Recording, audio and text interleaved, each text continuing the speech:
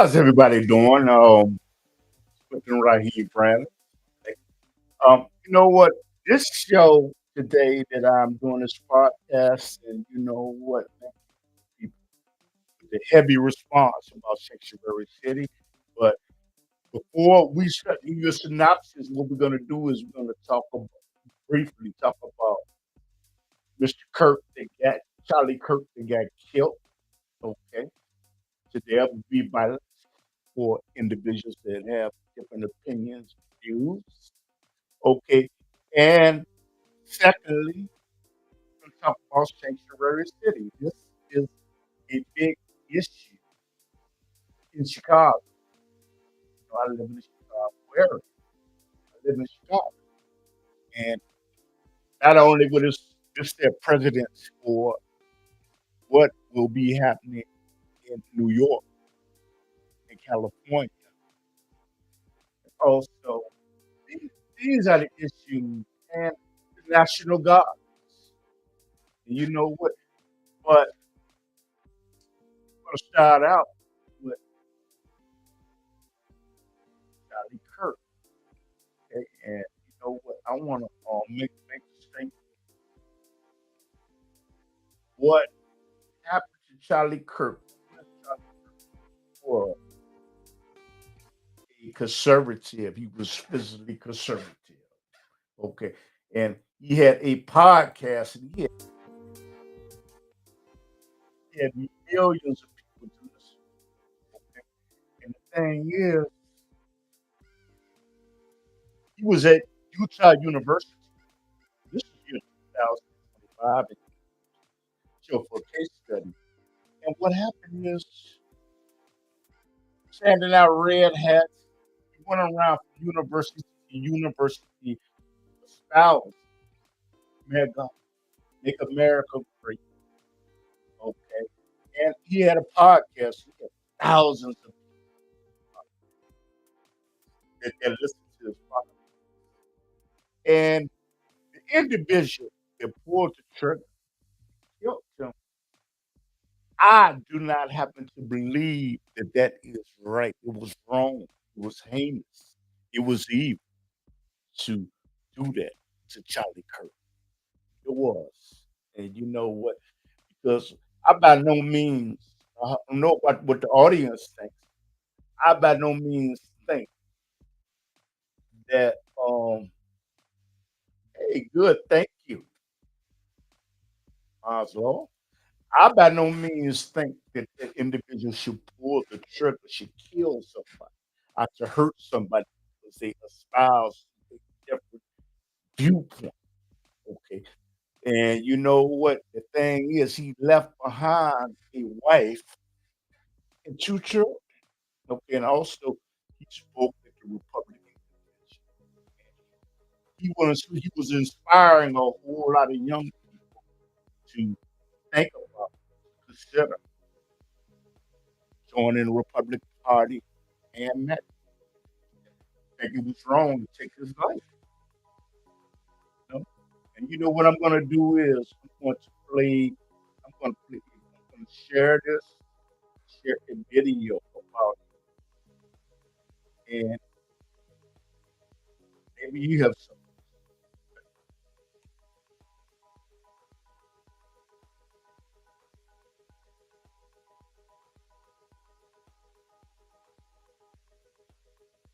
Hey, the video. We pause to honor and remember Charlie Kirk. Charlie was more than a voice. He was a passionate advocate who inspired countless people through his work, his words, and his unwavering dedication to his beliefs. He lived with conviction, unafraid to speak boldly, and committed himself fully to the causes he cared about. Beyond the headlines and the public spotlight, he was a son, a friend, and a mentor to many. His impact will be felt for years to come through those he influenced, the conversations he started, and the lives he touched. Though his time with us has ended, his legacy of energy, determination, his faith lives on. Today, we celebrate the life of Charlie Kirk and the mark he left on this world. Today, we pause to honor and remember Charlie Kirk. Charlie was more than a voice. So, you know, I have to admit, you know what? I had never heard his podcast, and you know what I heard? Like I said, there were millions of people that that that listened. I didn't get the opportunity. As I said, I listened to a lot of radio and a lot of news channel. And like I said, the killing of Charlie Kirk, it was wrong. It was wrong. You're not you don't step out of voice. Actually, I think it's going to make you think this follow a whole lot. And what it is, what it was. And my condolences to this wife and the show that you know never get an opportunity to see him in person. Now get down to what sanctuary city. I'm interested in knowing. Yeah, and good morning, Mr. Moore. And good morning. You put this in here. I appreciate it. I appreciate it. And the thing is, if you get down to sanctuary city, you're supposed to have the guests come on, sometimes things like that. Sanctuary city, what is sanctuary city? What is sanctuary city? It's like Chicago. That are coming, they can get help, they can get assistance, they can get assistance. 50% of I would say a little more than 50% of the population will need to this home. Other percentage will need to this home. What I'm going to do is set this up for you. And the president believes that it is wrong. But there are other people that stand on the other side. When he's running for office, they could have made a deal. And the thing is, heard people in Congress, Senate not to make the deal. Now, some people say that he did it out of spite. I don't happen to think he did it out of spite. I happen to think he did it because he thought that he could make another deal.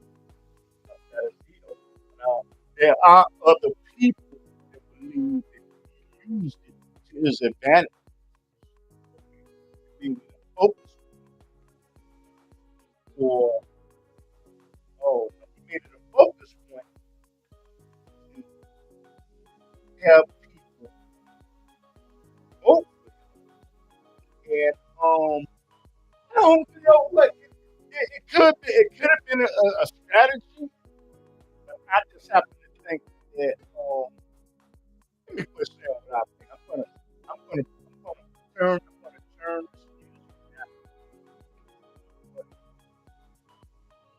I got a video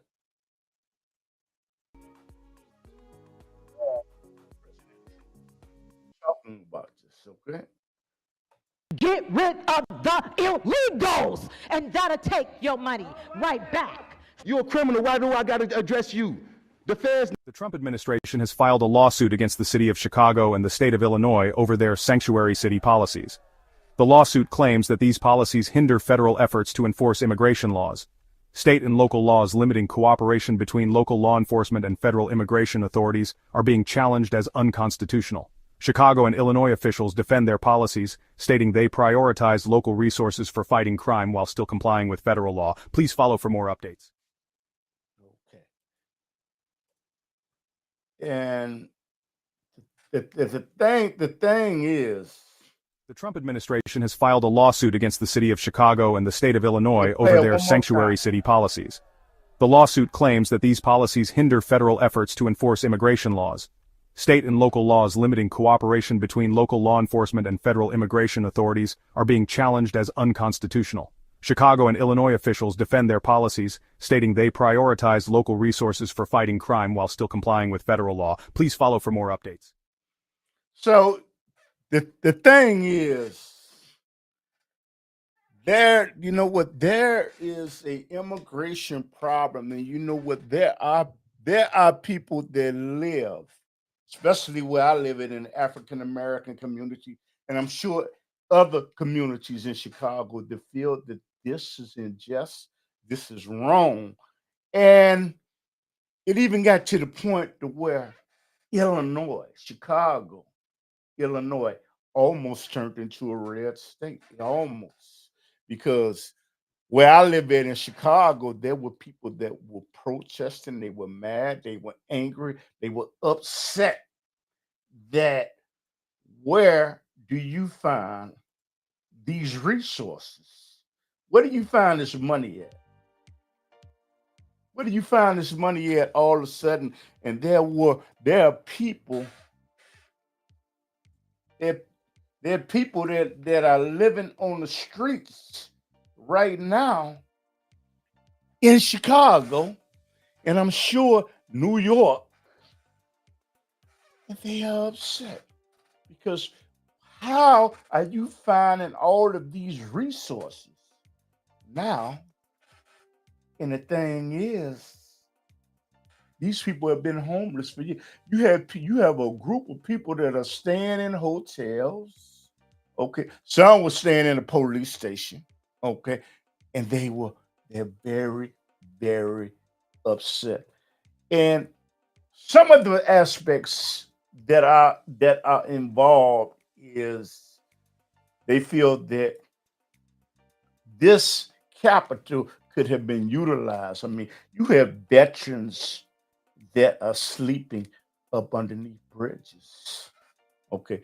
You have individuals that were staying in hotels, and you have veterans that were sleeping up underneath bridges and not being able to get the resources that were necessary. Okay. And they felt it was very, very unfair. And thing is,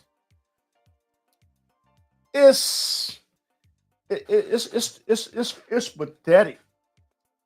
And it's that's not to say that you should not have sympathy.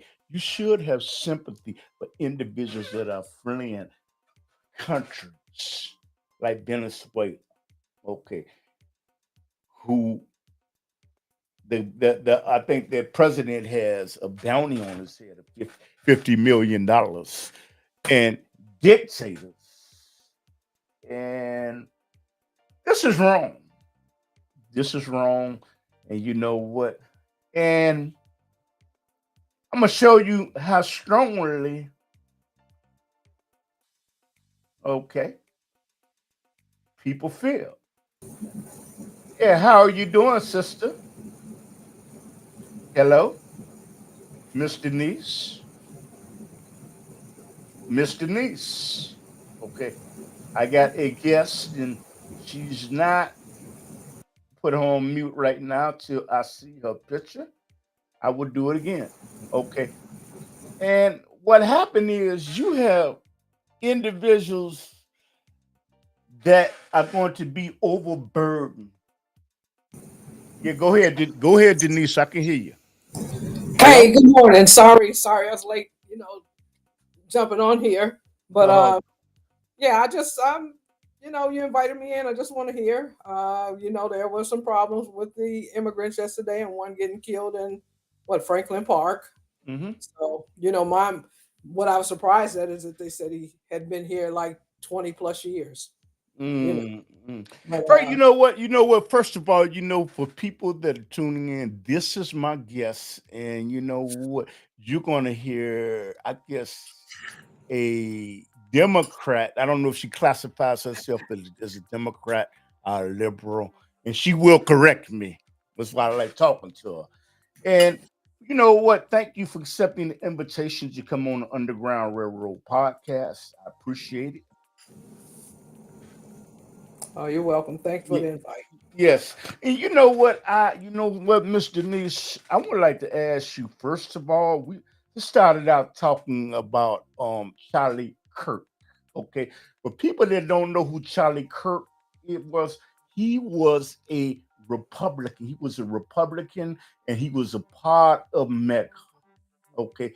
And he died yesterday at Utah University, and they have not caught the individual that pulled the trigger. They have not done that. And I would like to ask you, what did you think about Charlie Kirk? Okay, he had thousands of people that followed him on his podcast. Okay, and what did you think about that incident? And do you think that you should be silenced by death because my ideology my principles don't align with yours? I have several thoughts on it, but first, let me say they did arrest someone. They have a young man, Tyler Robinson. I believe he's 22 years old. Okay, okay, He, thank you. yeah, he's charged with the murder. Mhm. Um, you know, and it's funny because, well, they said that he was registered voter, but not affiliated with either party. Mhm. I didn't know who Charlie Kirk was. I heard people talk about. I got a couple of friends that follow a lot of social media pages, and Mhm. they talked about all the negative stuff, the spewing and the things were kind of mixed in with the politics, and so I started googling them and looking at some of these things. That's all. Yeah, I did see him because I did watch the Republican National Convention. I Yes. watched both of them, and Yes. he was a speaker, Mhm. and so I guess he was the one that was getting out the young vote for the MAGAs and the calls Yes. himself a conservative Christian. When you tie those two together, and then you start your beliefs, I don't believe that God believed. I'm not that well versed on religion, but I do know God did not and does not separate people as you being over here and you being over here the way some conservatives do, especially the Christian. I had to go and look up the word fascist, Yes. to kind of get a better understanding of what they, because I hear everybody say, oh, we're going to a fascist country, we're Yes. this and we're that. And when I read it, it does kind of all identify our current president. Unfortunate that he lost his life. I mean, horrific. I saw the video, saw all that. I heard the statements that he made that crime is necessary Mhm. and it's almost like you were saying things that took your own life out of here. Mhm. You live by it, you die by it. He said he didn't believe in apathy. He thought that was a made up phrase. And, so they were people online saying, oh, don't show no apathy because he already said he didn't believe in that. Yes. So unfortunate that this is a climate and of our country, and they keep pointing back to all. I think the same day he died, they also had a shooting at a school again. They had a Yes. shooting, where young, I think he's 14 or so years old, Yes. and they say he got radicalized on some site. He went to school, had been to that school a couple of times, and they Okay. had, removed him from class because he had ammo. Mhm. I thought that was reason to remove him completely, take him somewhere else, not here. And you keep, letting him come back, and then he finally carried it out. Thank God the two that he shot didn't die. But Mhm. this is the rhetoric, as they call it. When he made comments, Black Lives Matter to him meant blues, losers, and murder. That's how he identified Yes, it. that okay. Yeah. Do you happen to believe that we're living in a democratic society? Do you believe that it is warranted to kill or hurt somebody or do something heinous to someone because they have a different religious ideology, belong to a different party, and they vocally speak about it? He was gathering thousands. Do you happen to think that that was justified because you have a different view? I don't think it was justified on the fact of his politics was different, Republican, Democrat, conservative, liberal. But I think what he was saying, race wise, and just as human nature, he was saying some bitter things. It's funny, and the governor even said he was hoping it wasn't one of theirs. And Oh, everybody's like, when they found out who was actually the killer. And it was yeah. like he was hoping it was, and what kind of statement is that? You would have preferred for it to have been someone out of the country or of another race. Hmm. And then that really would have kicked off some stuff. That's what the governor said at a press conference. But I don't think it was based on the politics. He mixed it in the politics, but this man mostly went out and spoke on uh, and just so many comments about African Americans, and I didn't understand it. You think that he said if he ever got on a plane and found out there was a black pilot, he had to, make sure this pilot was qualified to fly that plane. When you Wow. go and then you say that Ketanji, Michelle Obama, everyone that's in high positions were because of DEI. These people have law degrees. They went to Harvard, and here you are, a community college dropout, and you're doing all this, comparison or knocking down someone's ability. And I always said, I've been saying it. I don't know why they feel everything we get, we don't earn it. That it has to be handed to us because we're subpar, not on the level, educational or knowledge wise. And that's how it comes off at the DEI. It's like they were talking the other day about how many black women are unemployed now because they were let go because of DEI. And I'm like, really? Wow. So not based on their ability and the skills to do the job, but it's just assumed that they got it because they were a minority. It's something like taking the place of affirmative action. You come up with DEI. That's not the case. I've always kind of pushed back against that. Don't say we're not qualified mentally or, education wise, book Hmm. wise, and that we get all of our stuff based on just because we were black. Yes. No. Yes. And you know what? I'm gonna play excerpts of. We're gonna talk about sanctuary city because this is a pressing issue, not just in the African American community, but in Chicago, New York. And I'm going to play excerpts of what the president said about that. And I would like for you to respond to that. Okay. I would like for you to respond to Okay. that. Okay. Let me get to it. I'm circumnavigating. And you know what? It's something with this technology. That's all I can really say. And the president had the president had things to say, and you know what? A lot of people didn't like it. They really didn't. So I'm gonna play that. The Trump administration has filed a lawsuit against the city of Chicago and the state of Illinois over their sanctuary city policies. The lawsuit claims that these policies hinder federal efforts to enforce immigration laws. State and local laws limiting cooperation between local law enforcement and federal immigration authorities are being challenged as unconstitutional. Chicago and Illinois officials defend their policies, stating they prioritize local resources for fighting crime while still complying with federal law. Please follow for more updates. Okay. And you know what? Mr. News, I would like to know what do you think about something those statements that were made by I just President Trump. I just think he's overstepping. Do you let me rephrase it. Do you think that we are law-abiding citizens? Do you feel that President Trump's stance on sanctuary cities and even going to court is legitimate? Should federal laws be followed, or should it just be ignored? You should go back to state laws. And I've always said that. We had that conversation. And No, I'm this sharing it with president my is, audience. Okay. Mm-hmm. yeah, Go you ahead. should go back to state laws first. They supersede federal. That's what you have a governor for. That's sitting here that governs and other people, elected officials that make the laws for your particular state. When a president says that I'm pulling back all of my financial resources because we feel that the state should handle everything, but you turn around, you want to handle this. You can't Yes. pick and choose. Yes. Okay, either you're gonna be all in and help us with the federal funds that take care not the immigrants or anything like a sanctuary, but other things that you're cutting, or you just stay out of it and let us handle it totally. You're not giving us the money. And he's time after time said that I don't think federal government should be doing all this, and it's always economic with him.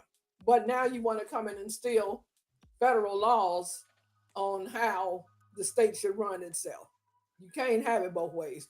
But I don't, you and I talked extensively about this. Yeah, Yes. it has gotten out of control. And I look Okay. at, like, rest in peace to the guy that lost his life yesterday. If you've been here over 20 years and you did nothing to make yourself a citizen, just Hmm. thinking I'm good. I've been here 5, 10, 15, 20. Now, it's coming back, and it's just so much going on. I can be pros and cons on all of it. On them a right to be here, a right not to be here. If you're not causing any, and of course, what they're Hmm. trying to offset it with now. Well, he had a record, a Hmm. traffic record. Okay, Hmm. really? And that's grounds for you saying that he was violent or shouldn't a criminal. Okay. Oh, okay. And as you make this statement, so therefore federal law should not be observed in Illinois, and I hate to bring in California and New York. They should be ignored. I'd have to ask you something. When you make such a profound statement like that, Hmm. why? So you say it should not. So you say that you think that basically this is okay to take money, a capital that has been earmarked for citizens that live in Chicago, New York, and California, and give it to someone else that did not even follow the protocol to come into the country. You think that that's all right? Why? Tell me why. Well, it's not the case of always giving them money. Some of them are coming here and being productive citizens. They're getting jobs. They're holding their own. Now you want to, like I said, when you pick and choose, or he's just going straight across the board. Yes. There's a lot of things we don't know how our money is spent on until after the fact. These people in Springfield, they do all kind of laws, and they hide them in pork, whatever the word was, or where you slide this little. It's not as big as the one that they got out front to us, but there's other little laws that get funded that we have no knowledge of. So to get caught up, because I am a taxpayer, Yes. but like I told you before, it doesn't consume me. Yes. As long as I'm able to go and get the resources that I need Mm. at a time that I ask for them, and my government say, okay, we got this. Now, if you tell me, well, I can't give it to you because I'm giving to X, Y, and Z, then I got a problem. But Well, as long as let I'm me able re- to go ahead. sustain myself, I can't just say, oh, they don't deserve a penny. We Mm. get too tied up, and that's a big problem of ours when we just everything is surfaced and circled around money. Mm. There's a lot more out here that money just we put too much emphasis into it. Do you I'd like to know, do you acknowledge that there are immigrants that were staying in luxury hotels, getting room service, okay, and there are veterans that are sleeping up underneath bridges because they claim that there's not enough resources, but they found the resources. Can you expand on that? Well, again, so veterans, there's a place for them. Some people don't like to go to the places that the government provide for them. They say, no, I'd rather stay out here. Now, what we were hit with the last 3 or so years was unprecedented, never happened. But people didn't like people laying out in the streets, and they had to step over them and in the lobby of the police department, just Mm-hmm. filling it up. The police were very upset. I mean, and whoever staged this and knew it, they knew what they were doing. They did it for the purpose of helping this man get back in. Okay, let's flood all of it. Let's flood all other states. So they did the best that they could come up with. Our politicians, I don't knock it, because again, if I was in that situation Mhm. and I was leading a city, mayor, or was I'm like, what are my options? What can I do here? Can I send them over to Pacific Gardens, Michigan? Mm-hmm. By the way, I used to go there and eat when I was little. Oh My wow, mother, we used to go right when it was on State Street. that's in Chicago. For people Yeah, that it was don't. in the city of Chicago, right there on State Street. It used to be. They Mhm. gave us meals. When we didn't have enough, my mother used to take us there to eat. And there was Mhm. a lot of people there, veterans, and they're mentally ill. Don't leave them out. Just saying the veterans, even though Mhm. they did serve our country, you got the mentally ill. A Mhm. lot of them don't want to go. You go and take these encampments down, because they just cleared one out the other day. And I saw one going up somewhere else on another viaduct. Mm. You don't think it was somebody that was turned away because there was not enough resources and they gave it to someone that did not follow the protocol to come No, into the country? You don't think so? I can't guess on how that and how they, determine who gets it and who doesn't. Would that I be don't know. fair? Would that be fair? If you got turned away because there was not enough physical capital in the budget because it was given to somebody that did not follow the protocol to come into the country, would that be fair?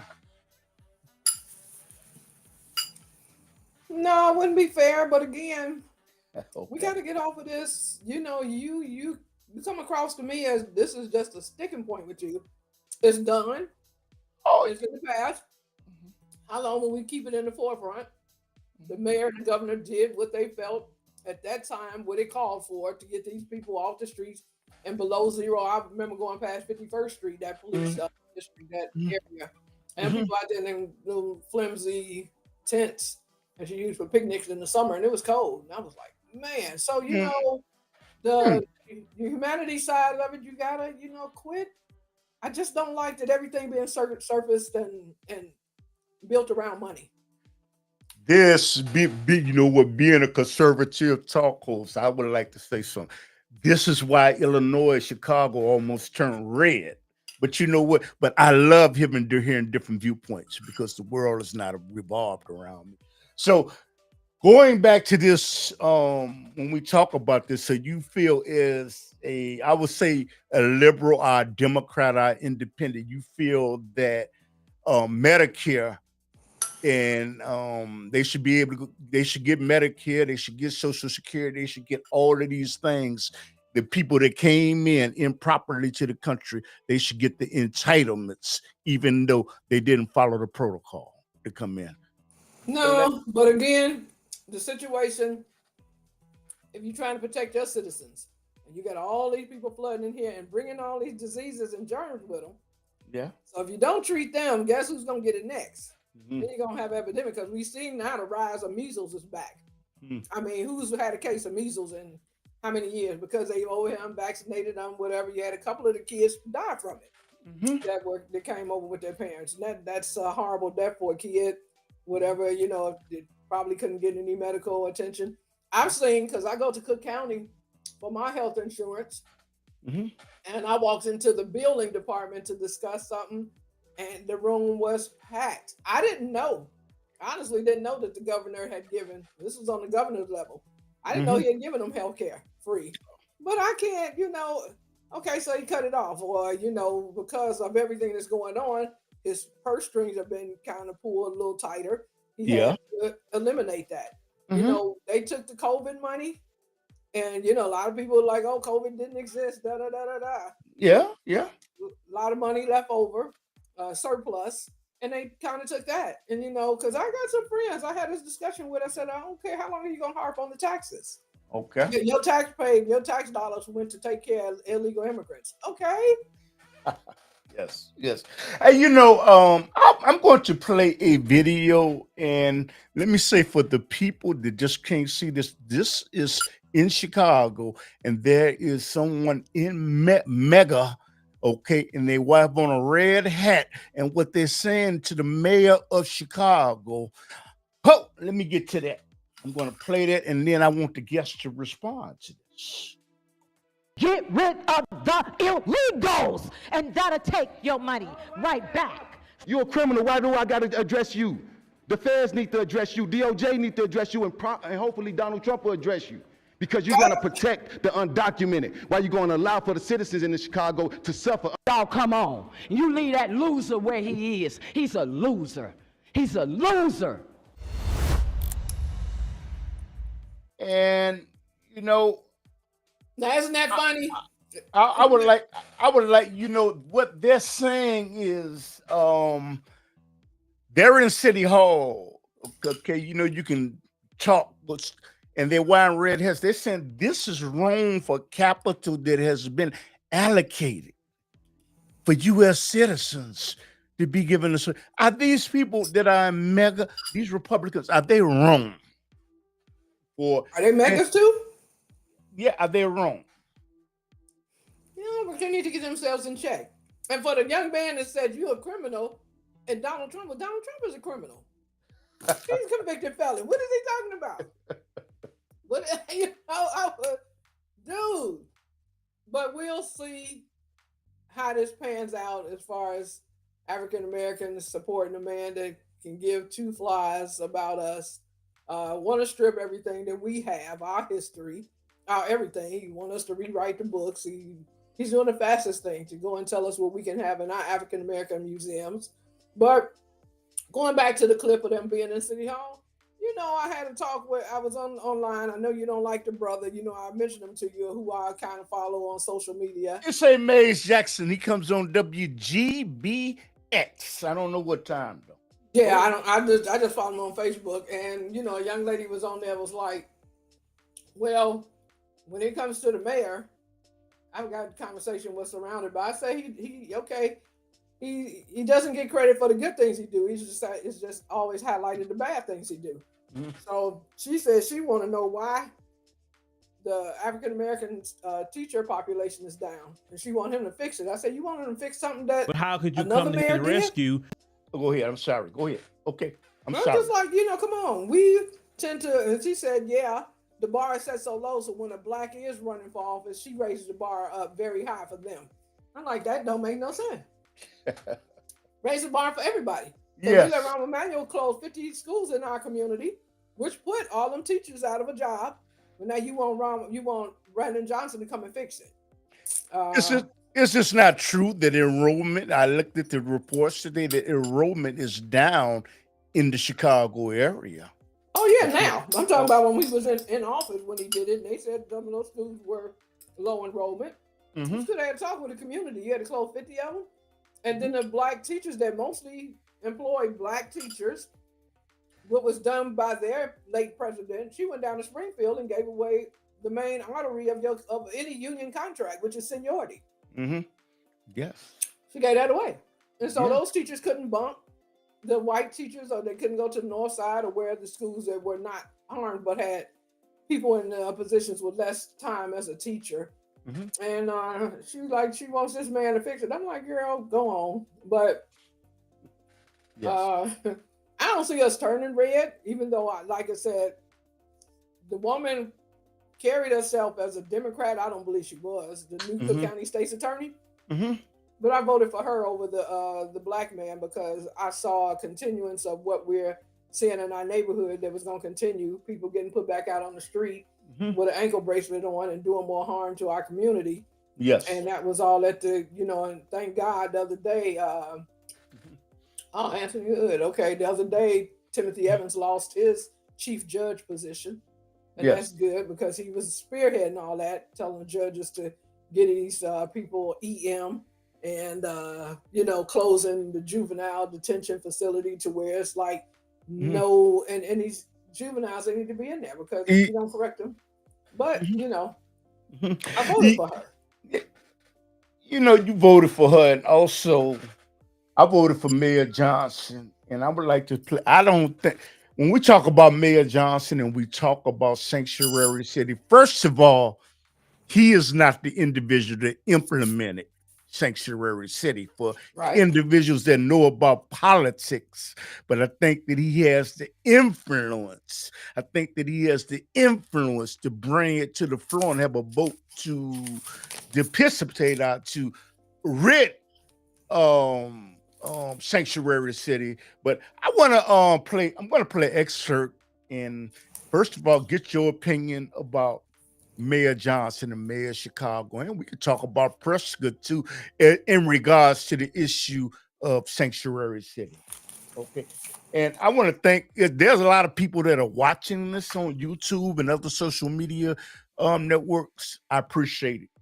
Okay, so let me play this. But how could you come to his rescue when he was up here okay with flooding the black communities in Chicago with illegal immigrants? Taking money from the black communities to give it to illegal immigrants. Now, when Brandon Johnson is going to need black people to support him, he's don't have the support. And that's what you black politicians do every single time. You sit up here, you do the bidding of these silly Democrats, and then they leave you out to dry when the other side of white supremacy tries to come attack you. The Democrats don't do nothing but leave you out there high and dry. But how could you come? Which you know, I don't know if you heard that, but what is your assessment of Mayor Johnson, the mayor of Chicago, for not bringing this to a vote and allowing resources to be given to people that they have not earned those resources? What is your opinion of the mayor anyway? You know, I'm a supporter of his. I'm a supporter of him. I'll be supporting his reelection. In fact, get out there and do some work for him. Okay. Because I know this is a sticking point. This is the only sticking point that seems to be at the forefront. There's other things that's going on in the city that, you know, he's addressing or trying to. I don't like the way our community kind of just gets on this one issue and want to like beating a dead horse. It's like, okay, they stripped back a lot of the stuff. We couldn't send them, you know, some people are like, why don't you just send them back? But I support them. I mean, I just support them. I didn't vote for him. I voted for Lightfoot. And I thought she was good. I was surprised when he jumped in the race and was able to do it. And they said that was the North Shore, that was the progressive vote. I don't know if that's true or not. But when he got in there, you know, I had to say, okay, I'm going to ride with you. And I haven't seen anything that he's done that's been really that detrimental to our city, you know, other than, you know, he was faced with a situation, that a lot in this lifetime, no other mayor has had this thrusted upon them, even though the sanctuary city status came way back, I believe, in the Harold Washington era. For whatever reason, he decided to do that. I don't know. I probably have to do a little research, but it's here. I look at how the people are turning out in protest. Somebody wants it to stay. It's not everybody that's against it and want this and that. So, again, you know, I just follow it. Like I told him, I said, he's done some things in regards, you know, I'm a very pro-union person, having been an organizer with a major union here. And when you can go and get a contract, because I know those are hard things to do. Yes. And then, you know, the negative talk came with that. Oh, it's the teachers. Well, the teachers are the one that's teaching our kids. So don't you? Oh, sister, come on. This is a man that was, first of all, let me read this in the chat room, okay? Mr. Anthony Hood said, good day, brother. And to you, you said, good day, sister. How you doing, Mr. And he's saying something yes to what you said, but go ahead. I'm listening. You said you voted for him. So, you know, what changed your opinion? Was it just because of the immigrant? I mean, what I don't like is that being conservative, first of all, he lied. All politicians lie and said that he was not going to raise the property taxes. He said this, okay? He was not, and he has not, only because his hand was forced. So he lied, okay? And I think he's a one-time mayor. Why do you think he's not a one-time mayor? Well, first of all, when people are running for office, you listen to what they say. You listen to it. But you have to take everything with a grain of salt. First of all, you don't know what the budget or what the city's financial situation looks like because you're not in office. You don't have privy to that information. A lot of people have said they weren't going to raise it and turn around and said, you know what, we have to pull us out of this, that, da. Okay. But, you know, again, because I am a homeowner, and so I get affected by that. But again, I don't put a lot of, that's just not going to be the determining factor on me. I like him, well spoken, he hold his own. Gave us a very good police superintendent. For whatever reason, there's some discord with him and the governor. I don't necessarily, the governor, I have my different opinion, and that's not for this show. I don't think the governor has the best interest of African Americans as a state overall. When he was called on that hot mic saying the least offensive black he was looking for, and they were or offensive or aggressive or whatever he phrased it, and they came up with the name of Jesse White. Are you serious? You know, but And then he got one because you got this young lady that's running for office, and she can't say a thing she did under him. He does not let anyone rise up in his administration to show that they're worthy of another position. You know, they're just there as a Yes. figurehead, pretty much. But Hmm. going back to the mayor, I'm 64 years old. I got it. I was watching On Sunday, politics Chicago's new than curfew goes into effect. I'm sorry. I'm sorry. Go ahead. I was watching politics before I was able to vote. And Yes. I saw everything that was going on, and you know how it really broke open when Harold Washington finally won, and the racism and that To really effect. brought the cream to the top Hmm. of how this city was, and you know what you know we were allowed and weren't allowed to do as blacks. You know, we had a few aldermen, Timothy Evans, Sawyer, Yes. Allen Streeter, you know, that were in the black community neighborhoods, but they really wasn't doing whole nothing like, you know, the Burks and the Burt and the Terrace or whatever the guy down, and just all the crooks. So fast forward, this is our third African American mayor. This crook you got on the screen here, I'll go out and campaign against him. Okay. Talking about he's trying, you know, you lived off our tax dollars. This is what I'm saying. You went and you begged Biden for a position, so he gave you ambassador, and you and your wife went and held up in China or somewhere for 4 years on taxpayers' money.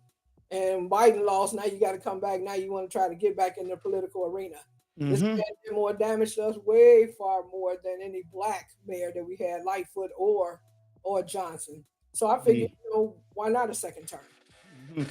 So You have a question in the chat room, sister, about your. I assume about your mayor. It says that he cannot answer direct questions. Sounds like someone we know. I guess this is about your mayor. Would you respond to that? I don't know what direct questions that he did not answer. Again, that's a very broad statement. It could have Yes. been a lot of things that he's been asked or questioned on. But okay, you know, I'm saying for me, I can't convince anyone else. I'm just saying I haven't seen. Now you can't answer a direct question. Sounds like Yes. someone else we know.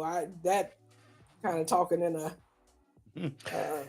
something right here. But you know, okay, if that's what you don't like about him, Mhm. everybody, when it's time to go to that poll, and y'all better weigh it Yes. because there's a movement going on, starting Yes. with, and you know, they got someone that's about to run for county board president.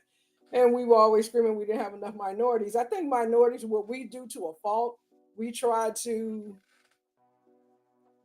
give too Yes. much sympathy to African Americans. Some is warranted, some isn't. Um, and all this stuff came about when they started rewriting the laws down there when George Floyd got killed. Yes. Yes. A lot of people didn't know these things that they were doing. That's when it started being called the woke, uh, you know, era. Hmm. And you know, it was because of the killings of Breonna Taylor, this and that. They went to Springfield and they wrote some stuff. And and I've also posted this. As African American, as black, when we got out here and marched for Trayvon Martin, and we got out here and marched, because I go to a lot of them. Sometimes I participate. It was a black cause, the George Floyd. I marched several days on that. Um, I won't get involved in the stuff now. We didn't get that much support as far as being black people on the way we were getting killed by law enforcement, you Yes. know, and this like that. But Mhm. now it's this uproar, and you got all these people coming out about the immigration situation. And now I see our faith based leaders are trying to join it. And I'm like, why? It's not our fight. I'm Mm. sorry to say it like that. I know Yes. they're saying some things like now, you know, Mhm. Supreme Court took off and we saw it yesterday, evident. It Yeah. cost one person their life. Them Yes. being able to stop you just Hmm. because of Hmm. your race, Yeah. the way you look. You ain't got to have a reason because the Supreme Court said that, oh, yeah, for immigration rights and for ICE to do their job, and we're going to let the president roll with this. But you know, they're going to extend it far beyond that. But you know, you know what? Bert, you know what? You got a question in the chat room. He guy wanted to finish a question about the mayor of Chicago, Brandon Johnson.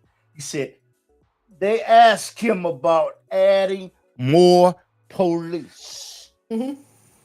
Would that help with the criminal activity? Talking about your mayor. Oh, that was the question they asked the mayor. Yes. I don't know. I don't know. I don't think so. These people when they doing this stuff in the broad daylight, brazen. You go down on Michigan Avenue, and it's quite a few police down there on the beat that walk. I was down there, I think, the day after, and you start breaking out a window to a Rolex place in the broad daylight. That shows your regard for law enforcement. You don't care. This is what you're gonna do, to get the stuff in the window display. Even though they all got caught. So more police, and where would you put them? And everybody feel they can use more police. But again, I think our police department does do a very good job. I may be biased because I come out of law enforcement. I have a nephew that's a policeman, but I don't know. You say you think that the police do a great job, good job. I think they do a very good job. Yeah. Wow. They're sister. Can I tell you something? I can take you to K-Town, and you know what? K-Town is on the west side of Chicago. You can get down. You can get down there anything you want. What do you want? A police? I can get a gun on K-Town. That ain't no problem. But you said you can get a gun anywhere. Don't mention guns. I'm just saying is you say they do the police. Okay, but to serve and protect and to call them, they said they're down about 1,000 officers, but people just don't want that job anymore because over the years, and I don't know if it was always about respect or fear, because back in the 60s and 70s, Black people feared the police because they go outside their head, there was no camera, no nothing, and they basically got away with whatever they wanted to do. Nowadays, you got cameras everywhere, and police say they can't do their job. Okay, and what is your job? I used to always ask them, you're just supposed to arrest them and take them in. It's not for you to beat them or kill them. You let the courts and whatever decide that fate. But I think overall, when you call them, I mean, they don't do half of what they used to do back in the day as far as policing, because everybody got a gun and people jump out and kill you. What you pull me over for? What you pull me over for? It's to take the job, you got to have a lot of, and be willing, as they do every day, say, I give my life up to go out here and try to make some kind of law and order. Sister, I'm listening to you. There's a code of silence in Chicago. Okay. Well, if a police officer sees his partner doing something, and he will not say anything because he may be ambushed. There are drug houses that have been operating for years. Okay. And they're unsolved murders that have not invested, but you say the police are doing a good job. This is interesting. Can you expand on that? Yeah, to me, there's some murders that have gone unsolved. Yeah, they cannot, I come out of that environment. Okay. But I didn't have a problem with it. If I see you doing something, I'm gonna tell you. If you don't stop, then I might have to just say, hey, such and such. You just had a police officer that after 15 or so years just finally got a settlement because she told an officer not to do something that he was doing on the streets. He went back and told the whole department. That's internal. That's just like the hiring practice. We know, and the fire department, we know when it comes down to that, this is a very racist. It's not, they don't hire. When they say minorities, my nephew graduated, there were 4 African Americans, but on the news, they broadcast it as the largest minority class to date. But the minorities were Hispanic. But again, they're not perfect. Nobody is.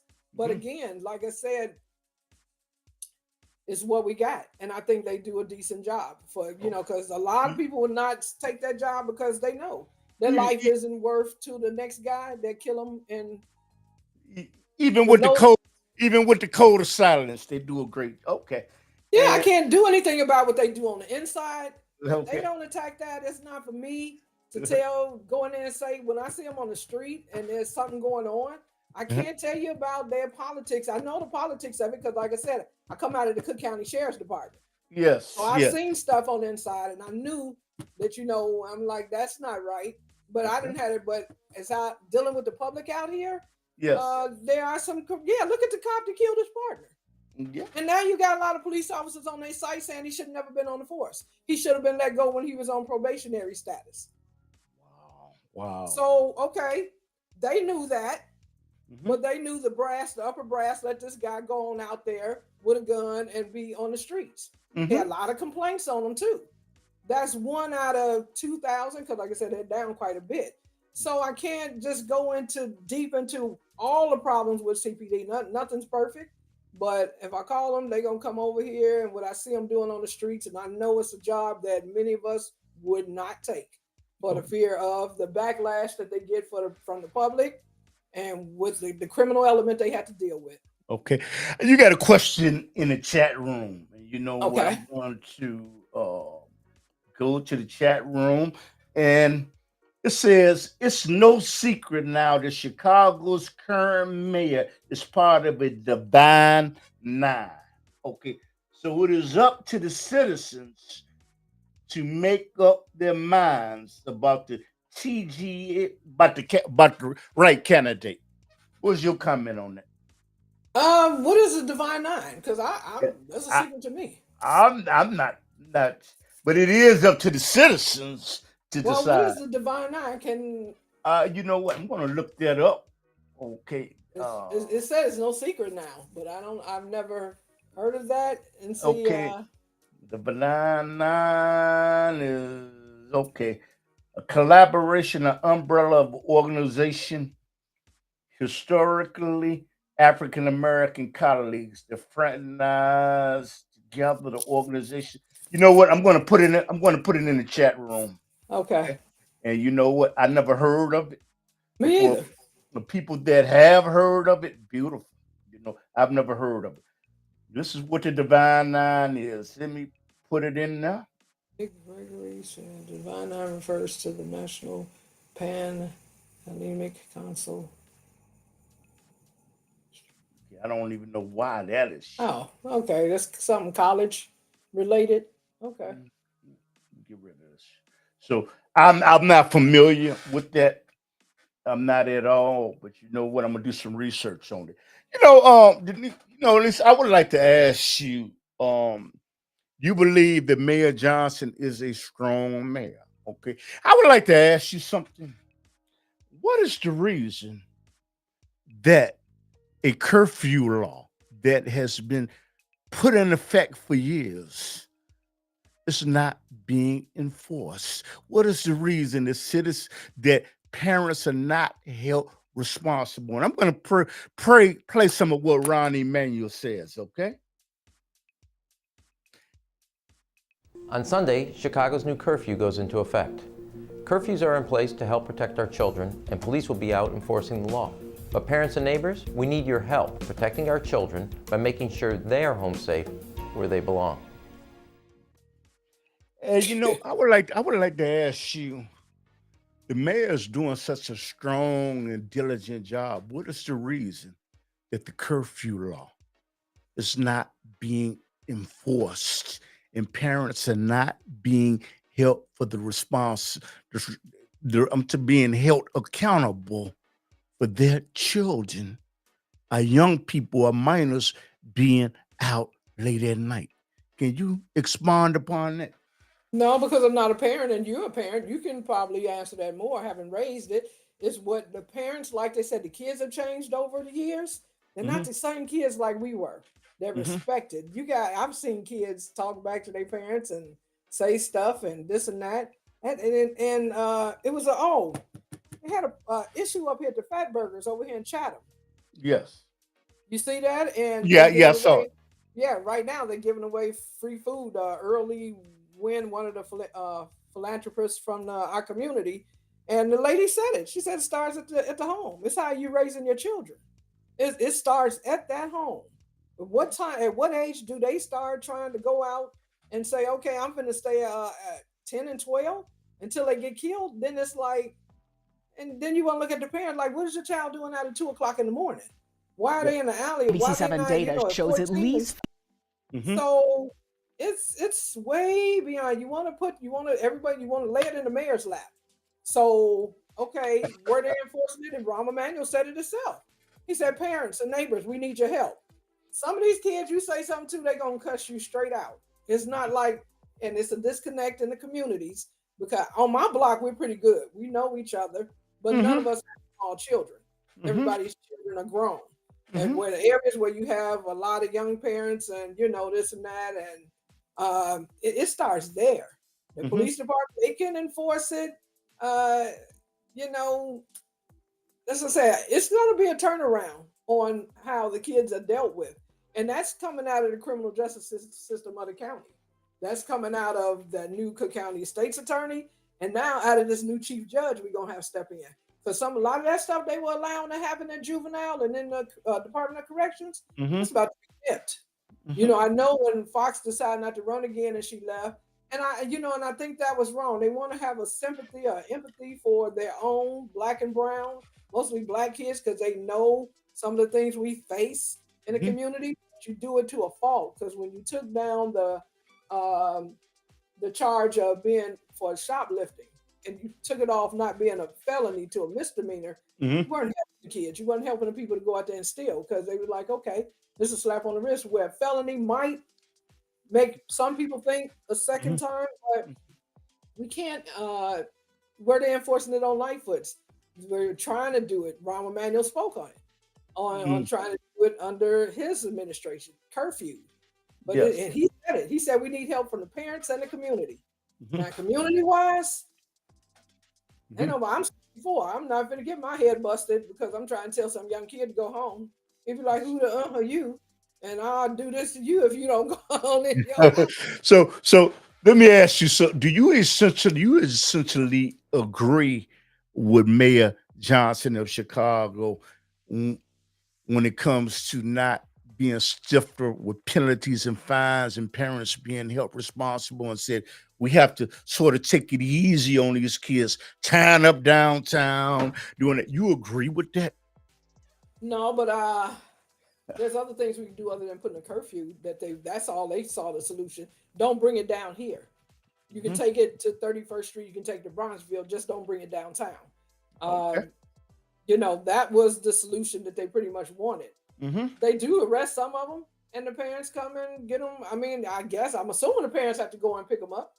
Parents need to be held accountable. They're not adult and still out of your house, 18 to 21 or whatever. So how about we gonna give you this and you come to court? Just stepping aside and here, take them home. And I don't know what kind of talk they have with them, but then they right back at it again. And I don't know, like they said, social media is so toxic. This right here, this internet, this social media, I don't do it much because it is very toxic. And whoever calls those, because I got a girlfriend whose son, he gets the ding to let them know what they're going to do to take over or whatever they call it. I don't know who's controlling that. Like I said, it's coming through social media. So let me ask you something. In your opinion, is the mayor, I can't put the governor in on it, Governor Pritzker. He's doing, in your opinion, is he doing a effective job with the curfew law being observed? Is he doing a great job? Well, again, I don't even know what the curfew law is, that you must be in at a certain time if you're the age or something. Yeah. Well, okay. He can go on and say we're going to enforce it. Do you have the manpower to enforce it? How do you enforce it? You hold the That's parents. up to the parent.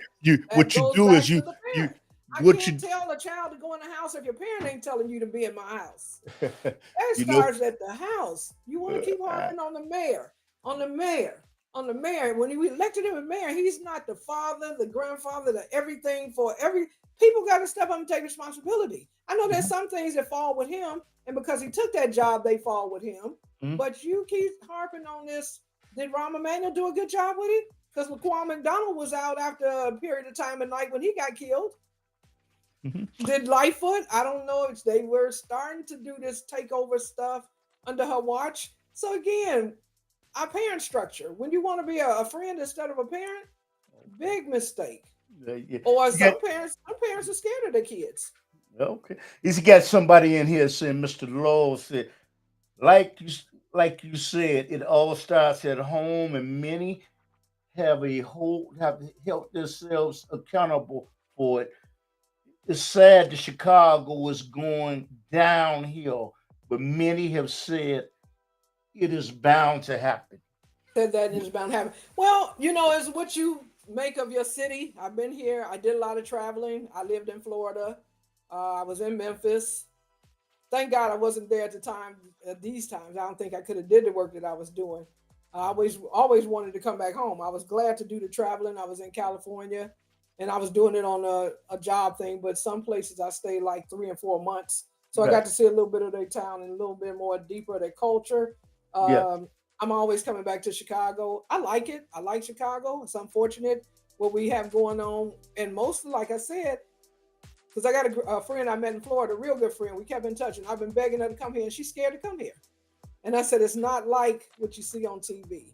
No. They're going to always start off the news with the worst of the worst. That's Mm-hmm. how our news is generated. Every channel, they go from the worst is happening. Then at the end, when someone may have turned, you might see a good story, a feel-good story. But for Okay. the most part, but I was downtown last week. I go and I still, I watch, like they say, keep your head on the swivel. I use common sense. A lot of times I don't shop here in the city. I like the south suburbs, but I do take advantage of our lakefront and downtown. I Okay. hate the way at one time you'd be able to walk into Grant Park from any street you crossed over, be it Jackson, Adams, Yes. Washington. Now they got points that you got to go through a checkpoint.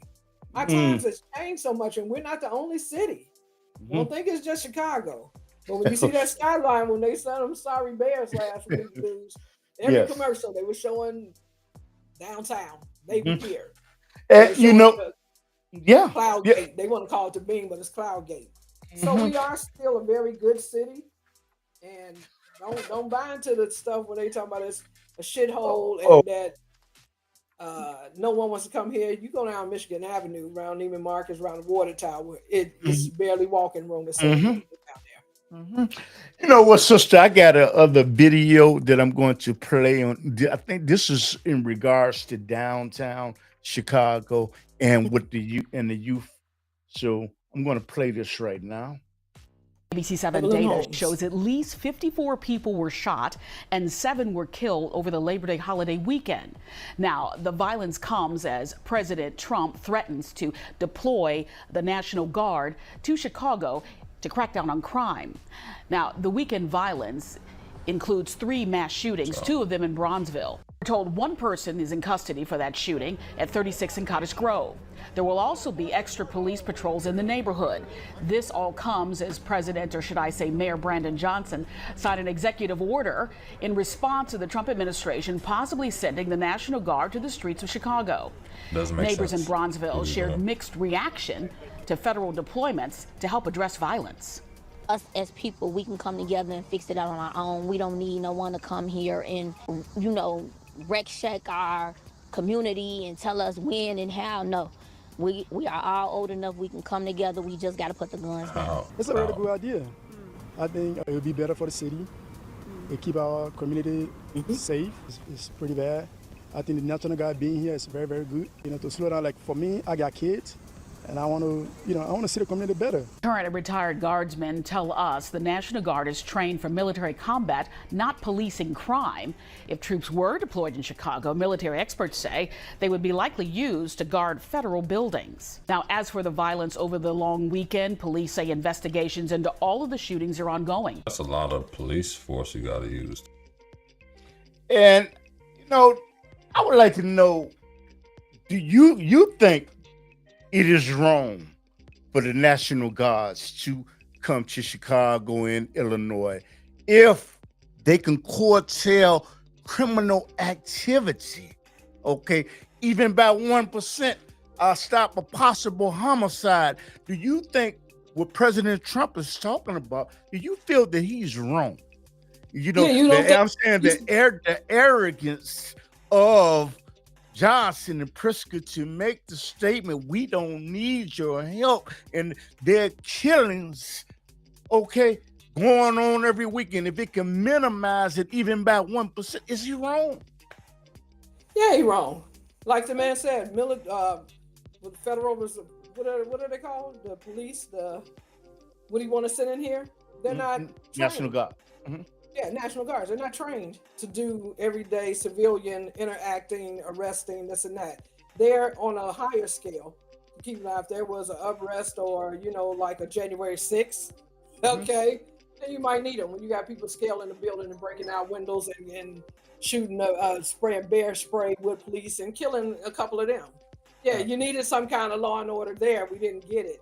You come back to us when they say 54, and I know I'm going a little bit more deeper, but to someone in another state, you would think, damn, 54 people shot, were they just walking down the street? And I'm not. They did say there were 3 mass shootings. Okay, look at the surrounding incidents that led to that. You had, and there's nothing wrong with communities wanting to get back together. I think that was down in Bronzeville or somewhere. I think it may have been one of the public housing things that people were doing to get together, and somebody came and sprayed it up. What I don't like when they do report on the crimes or the killings, they don't come back and tell us. Yes. Or they don't tell us at the time. They know. Police know. And you can find out. You go to YouTube, anytime something happens on TV and I see a shooting on the expressway or I see something happening, I go right to YouTube because I'm going to get a breakdown of it. And I know it wasn't a random act. It was a beef going on. Now, if you said if they can even stop one killing, would it be worth them coming in? Well, our police can stop one killing. That's what they got the gangs unit for. It's unfortunate that they don't. I don't even know how to put this. One's on 64th and King Drive, that stretch, they've pretty much all killed each other. Either they got killed here or they went to another state like King Vaughn. And I had this young man on my tier when I was working at the jail back at the time that he, beat that murder charge. That's a lot of it. It's tied into a lot of gang. When they go to Memphis, would you put the National Guard there or would you put them down in the Gold Coast? Would you put him down there around Trump Tower where he got his hotel residential building?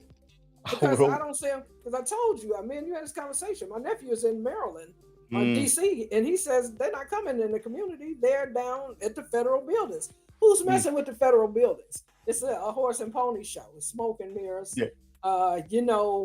It's no other president. Again, you want to step in and have control of something, but you don't want to give us any financial help. But there's a lot. I go to YouTube and I started watching that when that young man, Carlton Weeks, Duck, got killed down there. And I was like, okay, just like I didn't know who this Kirk guy was that got killed the other day. I don't know him by name, but like I said, I worked in the system. I saw them all there, but I didn't pay no attention. I do watch the news every day. I just wasn't registering with me. But they've killed off each other, sad, over what? Like Spike made the movie. He came here and he said, I still don't know. Whatever that movie was. But when they advertised, we've had 50 or so killed, just like the young lady that did the release party, and they went and shot it up and killed the people coming out of her party. And people was like, she shouldn't have had it because of what she was involved in. And then I went and listened to some of her stuff, and I seen it on YouTube, and I was like, your friends came out to support you, but they lost their lives because for whatever reason, these young men and some women take this gang stuff so serious. I don't understand that to a fault. Yes. And we have something in the chat room. It says they agree with you that the media loves to hype crimes that's going on in the city, and they fear the main agenda for the message of the people. Yeah. And their fear is their main agenda. You're absolutely right. You're absolutely right. And that's on all this media. It's all garbage now. It's like, I used to watch CNN a lot. I don't look at any of it because I see what they're doing. And, everything is fake now. It's just bad, the whole thing. But yeah, you get people like that. When I worked at CPD and we had a young man there and he was from Africa. And it was cool. And he said, back in my country, we just thought everybody was walking around on the street with a gun. Because that's all we saw. Okay.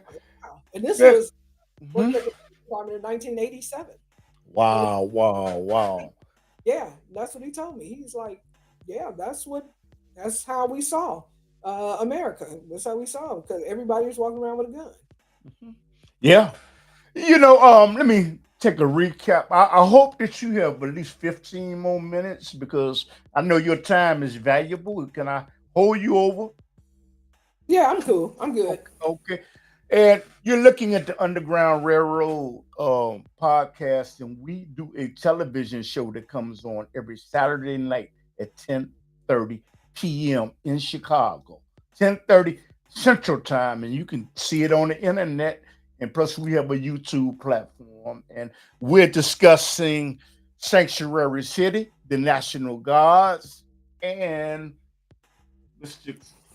Clark Kirk that got killed. And this is intriguing. I see that there's a lot of people that's looking on YouTube, and I appreciate it. Okay. And I don't know about the other social media platforms because I can't keep tabulation. And this will be on television. Okay. You know what? My next question is to you. I'm going to play a video, and I'm going to set this up to where there are young people that are doing things downtown. And I would like for you to expand on that just a little more. And I'm going to play this video. Okay. Chaos on the streets of Chicago over the weekend with large groups gathering downtown. Joni has more now on how local leaders are responding. Chicago police have been directed to strategize how they're going to deal with incidents like this as summer approaches. The rowdiness and violence that happened downtown over the weekend shocked people, and it's been seen all over the world on social media. Hundreds of teens and young adults were seen running in traffic on Michigan Avenue in the Loop, jumping on vehicles and smashing windows. Saturday night, 2 teens were shot. A 16-year-old in the arm, a 17-year-old in the leg, both taken to Northwestern Hospital. Police were trying to respond and escort people to safety, but drivers were trapped, and one woman told our Dane Placco that her husband was driving their car and he was beaten. Their windows down, and the guys put in their face like... they were hitting him in the face? So my car is like that. How's your husband? Is he okay? I don't know. I'm from Chicago, and I understand kids having a good time, but this is simply bad parenting. We have to do better as parents. Our kids should not be out here. Where are their parents at? That's my question. Why aren't they asking where their kids are at right now? Are they tracking them? Do they see his behavior? This could easily be something very, very terrible.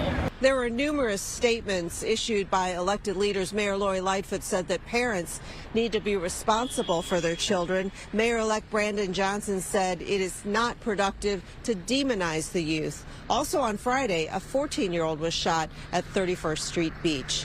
Joni Lum, Fox 32, Chicago. Okay, Joni, thank you. So, my response to you is your aldermen and your state representatives have failed. Okay. I'm just presumed, giving, image and projection, showing video, showing there were young people that were overrunning downtown Chicago and destroying downtown Chicago. And you're saying that the National Guard should not come and give any help whatsoever, and they being overrun. Can you expand on that? Do you think the National Guard can do what in that situation? First, they got to know where it's going to be taking place at. And the one thing you said out of that, you went from the mayor to your state representative, and who didn't you mention? Who didn't you mention? The parent. No, that was mentioned on the video. That was mentioned on the video.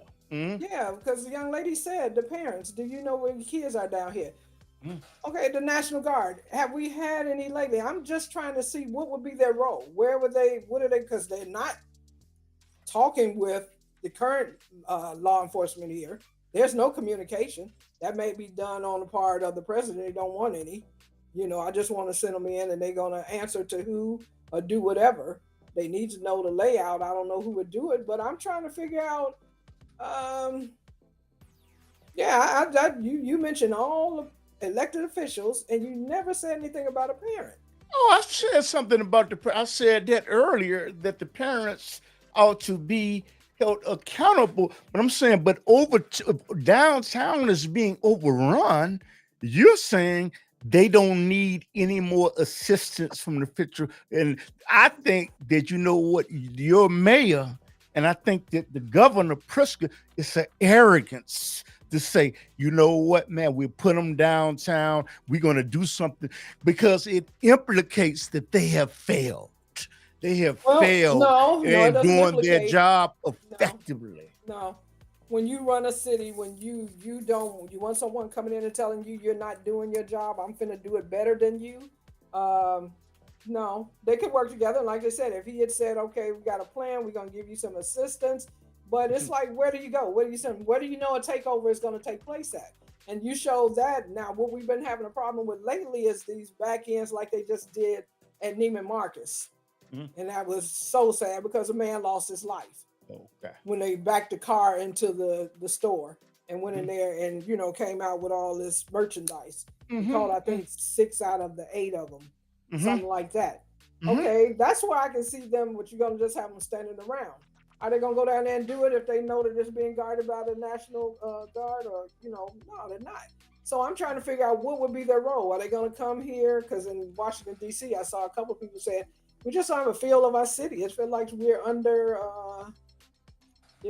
whatever they call it. But I just, if you tell us something and how it's going to, no one's going to turn down more help for law enforcement. Okay, but you got to tell us something. Just your mayor has. Okay. And there's a lot of people. It's not just the mayor. You got a lot of people in Chicago don't want him here. I don't want him here. Don't keep laying the blame on him. You see these people marching and holding these signs, stay out of our city. It's not only about the immigration. It's about this also. Now, like I said, I've seen, I don't like the killing. Help us with the gun, the influx and the flow of the guns coming in. He says nothing about that, because he's all for your amendment to carry. But we got Indiana on one end and we got Wisconsin on one, and they're flooding us. And those are red states. And then they got some coming from the South, Mississippi. I think the mayor just spoke on them intercepting a large cargo of guns. Now, who's doing? Guns are so plentiful. And we got all these laws. Like I said, laws are not going to stop it, because the person that's doing a crime don't care about a law. So you're essentially you and Democrats and liberals are essentially saying no go, even if it drops the percentage rate by 2%. Homicide does not occur because of the presence of National Guards. Y'all saying no go. Y'all are interesting. Please expound. Yeah, it doesn't. It's okay. Let's see what they do in Memphis. I want to come back on here in a month or so, because I want to see, because I know what's going on in Memphis. Again, if you go to YouTube, and I'm 64, but I do kind of watch stuff. I watched that young Dolph get killed. I watched that big Jook get killed. Hits, those are both Memphis. The crime is it's concentrated in certain areas. Yes. Orange Mound is one of their little suburbs. You go on YouTube and you just put it in there, you'll see every kind of gang activity, and there's a lot of killing. Now, I hope they're going to go over there in that gang-infested area and do that and see if those gang bangers are like, I don't give a about no National Guard, I kill them too, or get killed. Because that's pretty much what's going to happen. Like I said, here, our gang, O Block and whatever, so many gangs. It's just unreal. Just all these little, structures of gangs. You go there and you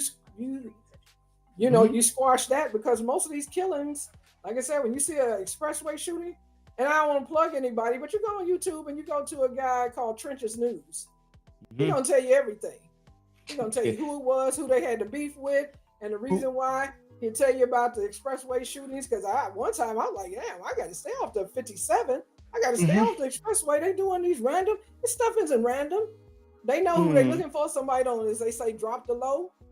And then when they drop the location, them gang members take that stuff. I don't understand that. Yeah. They're so tied up that they get so much, to their gang affiliation that they go out and they will kill over that. But, and then it's the retaliation, as they say, spin the block. Or whatever they call it when they going back to get them. Like they got the, that young man that's in jail down there. That's the same. Lil Durk.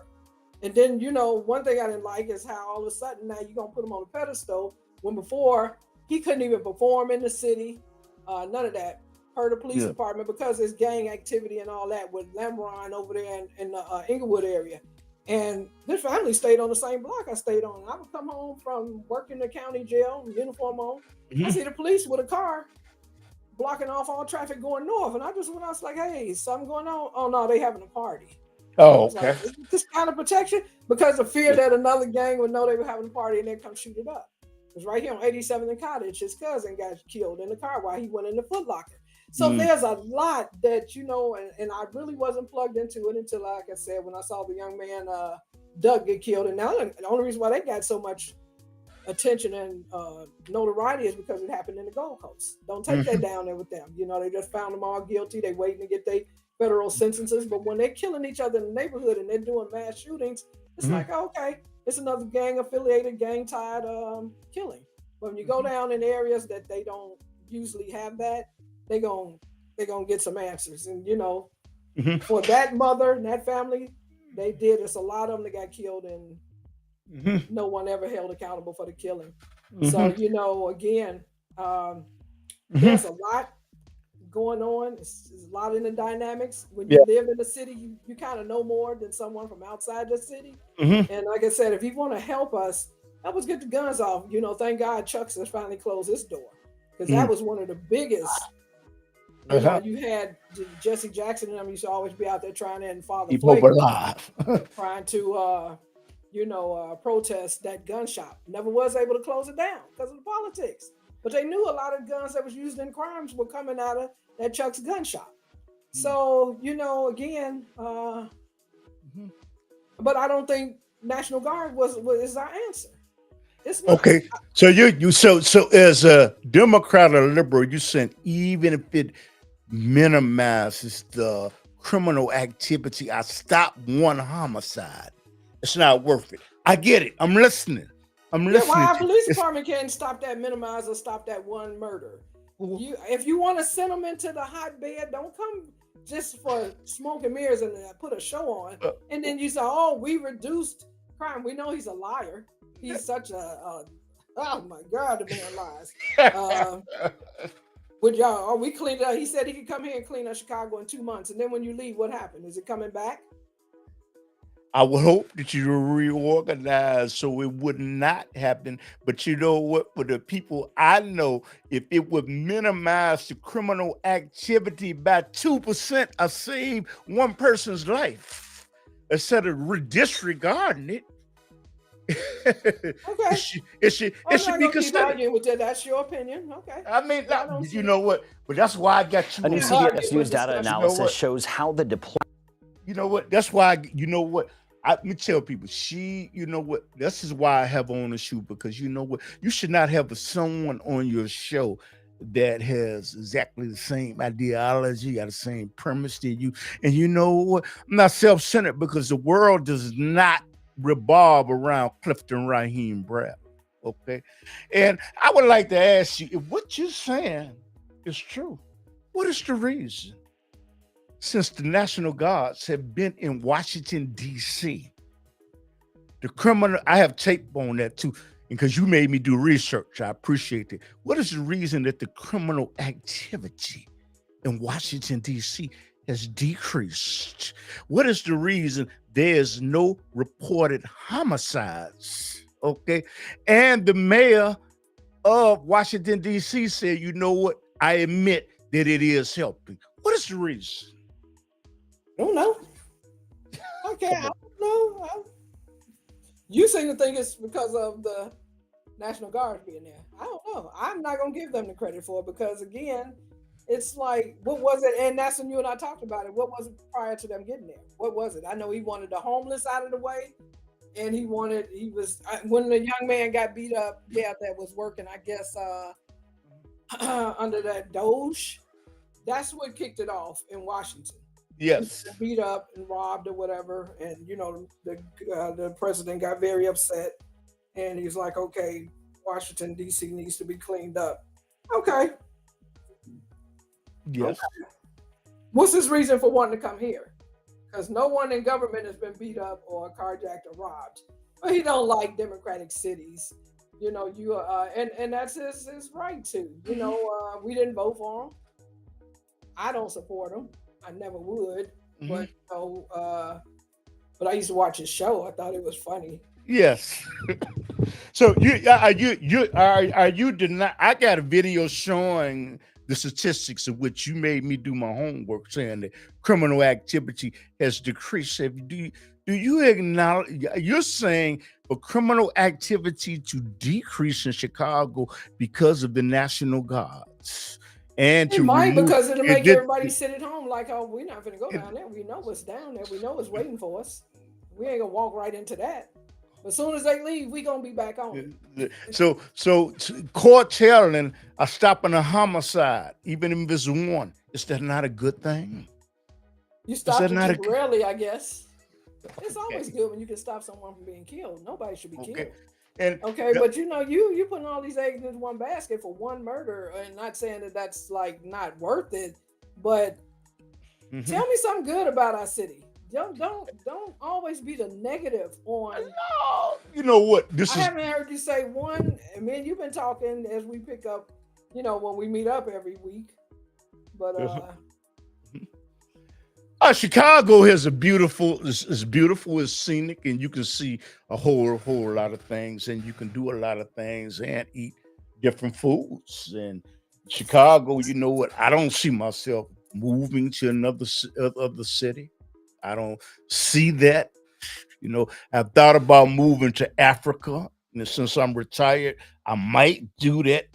You spend half of my time in probably Ghana or something like that, and then come back to the United States. So that's what I would say good about Chicago.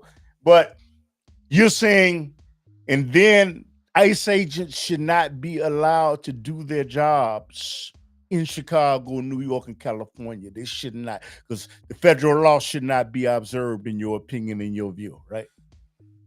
Oh, now you're going to ICE? Yes. No, like I said, I think initially when he said he was going to get the immigrants out or the illegals, most people thought that was going to be the people that had come over in the 4 years that Biden was in, that we saw crossing and then getting bused to whatever states. I think that was excellent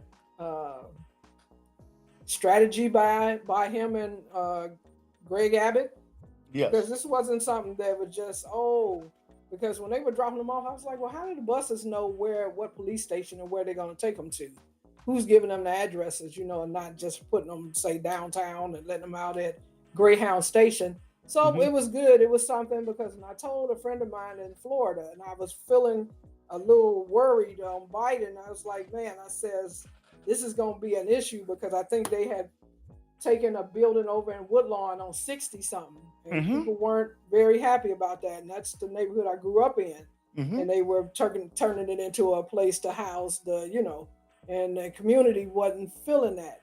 Of course, they always come to the lower, they always come to the Black communities. We didn't hear them too much going up in, the north side or whatever. I don't even know what they call their communities up there. But we saw.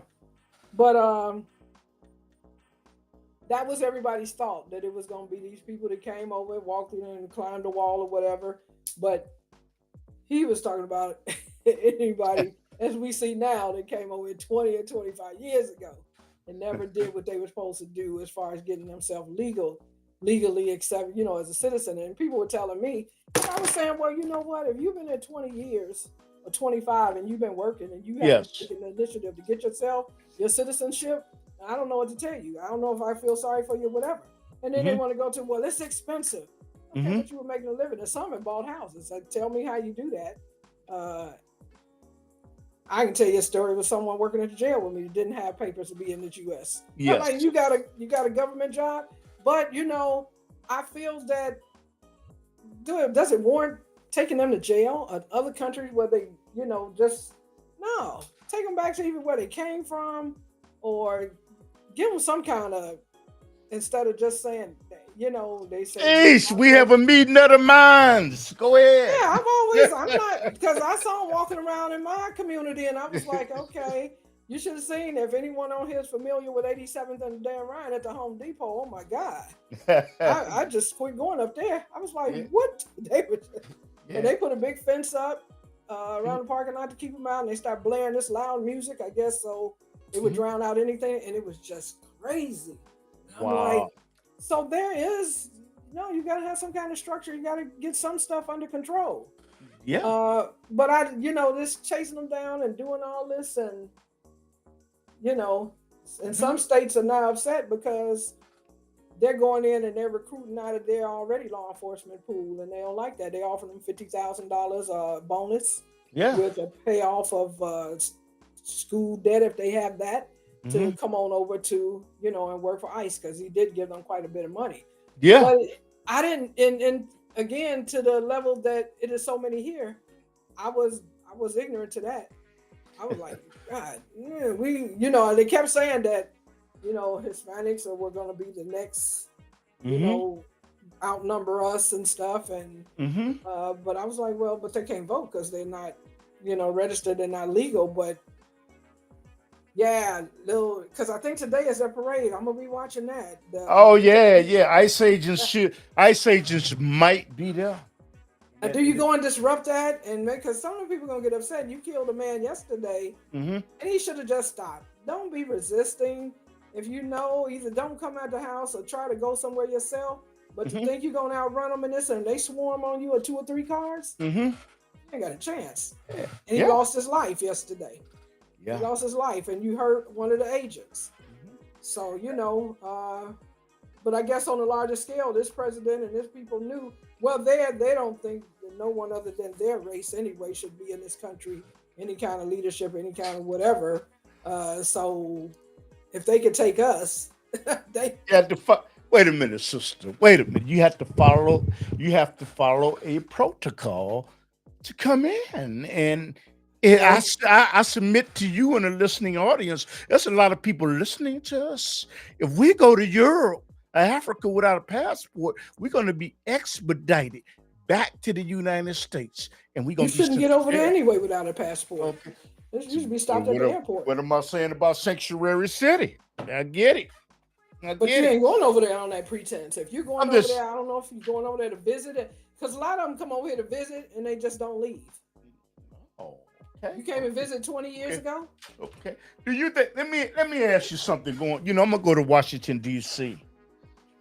Yeah, it's nice. I'm going to go to Washington, D.C. And the thing is, what is your overall response about the criminal activity decreasing in Washington, D.C. and no homicides since the National Guards have been there, and the mayor saying, you know what, I have to admit, they have helped us to curtail crime. What is your response to that? And First, I don't believe it. First of all, let me play this video. Okay, because I want you to hear this. You made me do research. I appreciate it. Deployment of National Guard troops is affecting crime in the nation's capital. According to the data, violent crime is down by almost half when compared to the same nearly 3-week period last year. Assaults are down 19%, burglary is down 48%, and homicide is down 57% from August 7th through August 25th. And for more on this, let's bring in John Kelly. He's CBS News Vice President of Data Journalism and our data guru. John, good to have you on. So break this down for us. Did you find anything surprising or unexpected in your analysis? Sure. We found a lot of interesting things, Tom. We really wanted to look at what is going on with crime incidents across D.C. in these few weeks since we had these federal troop and law enforcement deployments. And so we're able to look at every incident of crime and its location, and we can see things that are related, we think, to the presence of an extreme amount of additional law enforcement. We're seeing less violent crime incidents reported to the police, at least. Fewer assaults, fewer murders, fewer gun crimes. One of the things that's been plaguing the city with auto thefts down 36%, and so we looked at this time period of these few weeks that there have been these deployments in the city, and we compared that back not just to the same days last year, but we wanted to look over the longer haul too to see if the trend lines held up. And we've seen this decrease is pretty similar. It's a little more than half if you look at the 5-year average. And so there's less, at least reported crime going on. Now, that's a complex situation, right? There are a lot of factors that can contribute to that. We can't know for sure how these deployments are affecting that, other than the presence of additional law enforcement and military personnel in, key locations downtown. John, one of the Key things I want to talk locations about, there's a downtown. lot of information and some misinformation about the location of where these troops are versus the crime rates there. You looked into that. What did you find? Well, one thing that's key is that crime incidents are extremely evenly dispersed across Washington, D.C. And a lot of people, everyone comes with their perception of how they feel or what they experience and what they see. But in general, the data over time shows that the crime is pretty evenly dispersed throughout the city. And so there were a lot of talking points around, well, the federal troops and the federal law enforcement officials have been deployed in places that are lower crime areas. And for a couple of these locations on the National Mall, that might be the case, or near monuments. But in general, what we found was that within a half a mile of the confirmed locations, for every one of these, incidents, we're seeing in general a higher than average crime rate and incidents clustered around those locations. These are some of the higher crime low areas in the city.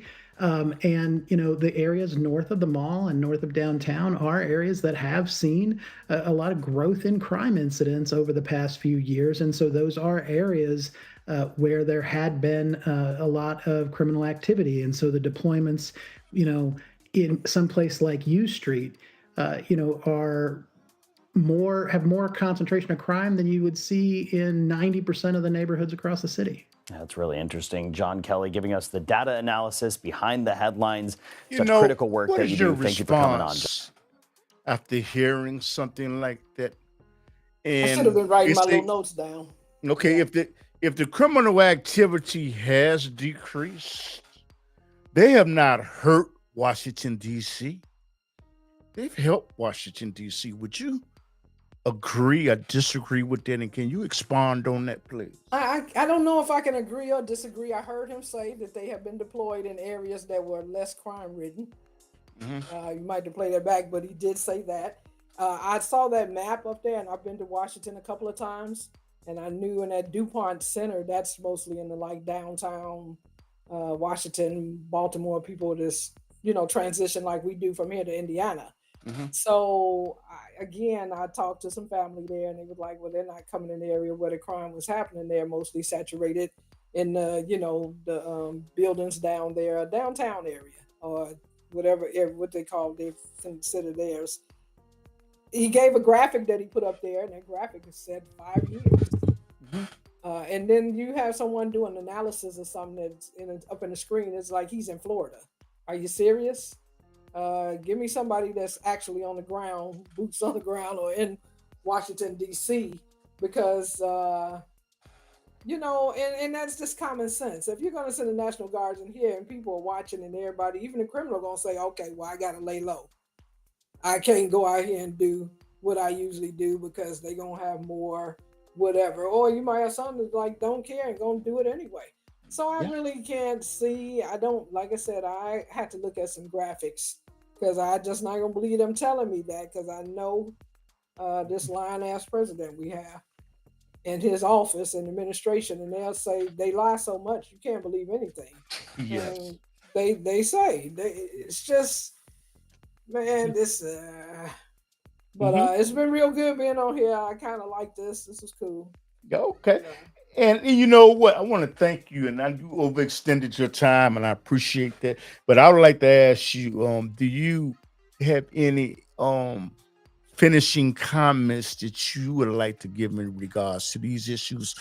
There may have been a question that I did not ask you, a message that you may want to convey to the audience, because there are a lot of people looking on YouTube and other social media products. Yes. Keep telling me that. That's I really don't do. I know you're gonna put me on the spot like that, but no, I'm good. I kind of like it. We always talk every week, so I just like for here in Chicago, our politics. I'm riding with the mayor. I get out there. I haven't seen nothing that would really make me go another way. Same for the governor. When we changed our leadership like we did years ago, and we brought this guy in here, this Republican, he devastated our city, our state. Then he left without even paying the bills when his term was up. He went back to Florida because he's a millionaire. And they don't care. about the average person and those that are in need. You know, some people do honestly need help. And it's Yes. not because they're not trying to do it on their own, but they're just not where some of the people are. They got the silver spoon in their mouth. And so as far as the immigrant and all that, yeah, you know, I don't, like I told you at the beginning of our conversation, I don't put a lot of emphasis on that. And the money, I don't, you know, everybody need help, you know, that's just it. They trying to make a better life. They did it the wrong way. You know, now if you're coming over here and you're gonna start the same nonsense that you were doing in your country and the reason why you left, then you Yeah. definitely got to go.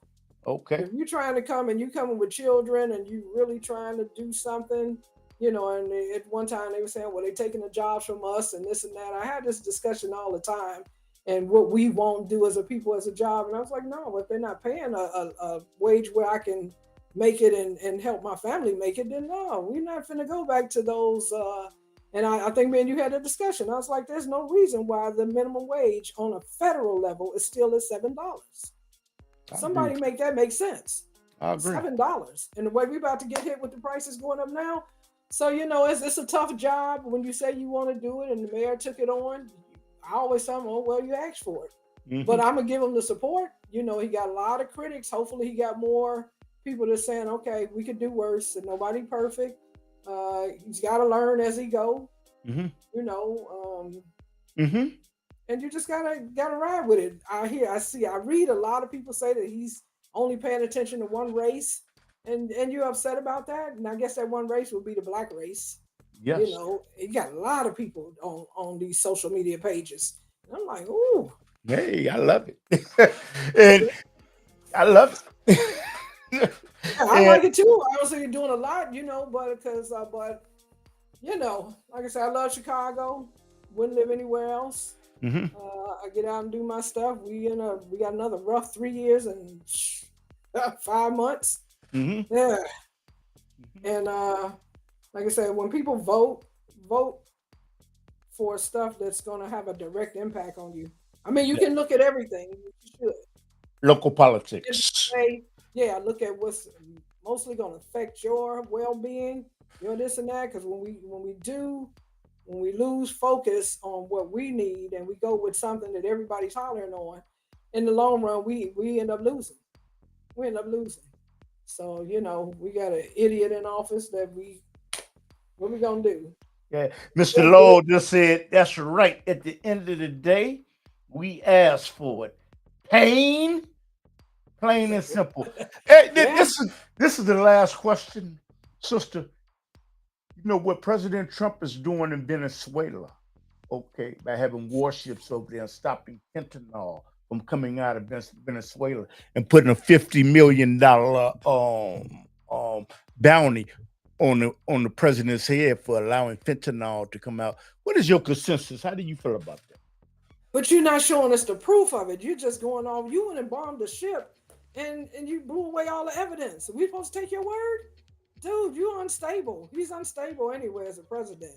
So okay. I saw that. You go and do that on international waters, and everybody ain't from there. Are guidelines. There's things that were put in place. He may not have liked it, but you're the president. You said you would take on or continue what's already been put in place, or maybe you didn't. I think his first term was just to sit back and feel the lay of the you know, what's out there. He was taking notes because he come back this time with a vengeance. And they opened the door to let this fool in here, and he's flipping everything. And the young man, unfortunately, he lost his life. But from my understanding, he was starting the campaign for the third term. Hold on a minute for me. All right. No, let me call you right back. Okay. So you know call what? You right back. Okay. You know no, you're not you. Bye-bye. Oh, okay. So yeah, so you know, even if the CIA has found out that fentanyl is coming from Venezuela, you say the United States has went too far. Is that it? Yeah, you're not letting the United States in, or you're not giving us enough of the information to say, okay, I support what you did because this is da-da-da. He's just doing stuff, and, you know, he's not including any of the people that were elected to, you know, be there by his side. And you're taking the people that you put in. It's not going to question anything you tell them to do because they don't want to, the Cash Patels and all the rest of them, keep their job, and and because we saw the first term, he was just firing left and right when they was like, this isn't a good idea, this isn't how the U.S. conduct military, whatever. So that's your word, Sam, because you blew up all the evidence. You went and it's just you wake up and it's like he done did this when you went over there and bombed. We got rid of their nuclear plant, and then people were like, no, you didn't get rid of nothing. But okay, come on, he's acting as a well, you know what though, sister? I don't know what to say about the fentanyl and the drug thing. Some people aren't as strong. I was just like, when you start using them drugs, it's a no-win. Yeah. To that extent, I know you want to protect people, but I don't know. Fentanyl. Now all of a sudden, that's the reason for the tariffs. That's the reason for everything. He going for that because a lot of people have lost loved ones from overdose on it. Oh, well, I want to ask you, sister, will you come back to the Underground Railroad podcast? Oh yeah, definitely. Okay. Yeah.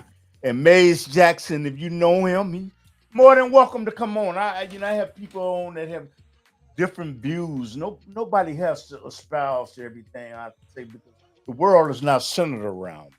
And I love the exchange of hearing different ideas and perspectives. And you know what? I thank you. I thank you for coming on the Underground Railroad podcast. This will be on YouTube. Plus, I will have it on television on channel 19 at 10:30 p.m. once I finish doing the editing. I want to thank you. I want to thank you very much. You're welcome. Even though I know you're gonna beat me at cards. Well, we end up being partners anyway. But yeah, I always like constructive conversation. I'll listen to your side, and you listen to mine.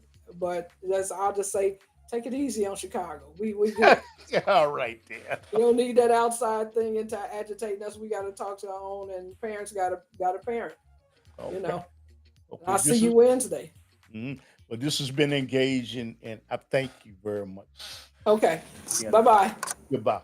So you're looking at the Underground Railroad podcast, and we do a television show that comes on in Chicago every Saturday night at 10:30 p.m. So I'm going to cut this. I'm going to go to my editing room and chop this up and put this on television. And how to Frank, Lowe, Charlie, those other people, Ella, and Tawheed, and all the card playing people that they beat me at cards, but I'll try to beat them.